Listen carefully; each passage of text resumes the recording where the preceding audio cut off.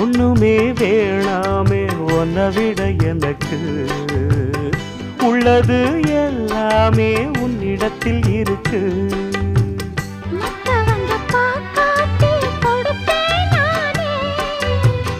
இப்ப இங்க ஆடேது ரகசியம்தானே.